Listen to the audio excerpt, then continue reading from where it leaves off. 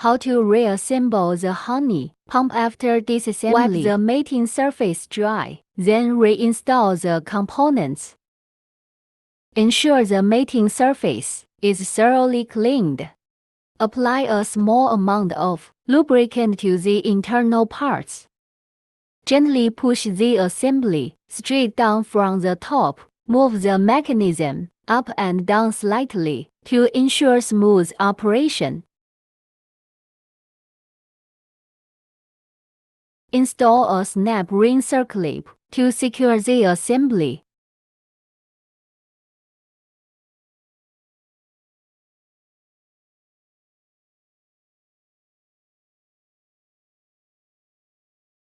Tighten the two screws firmly.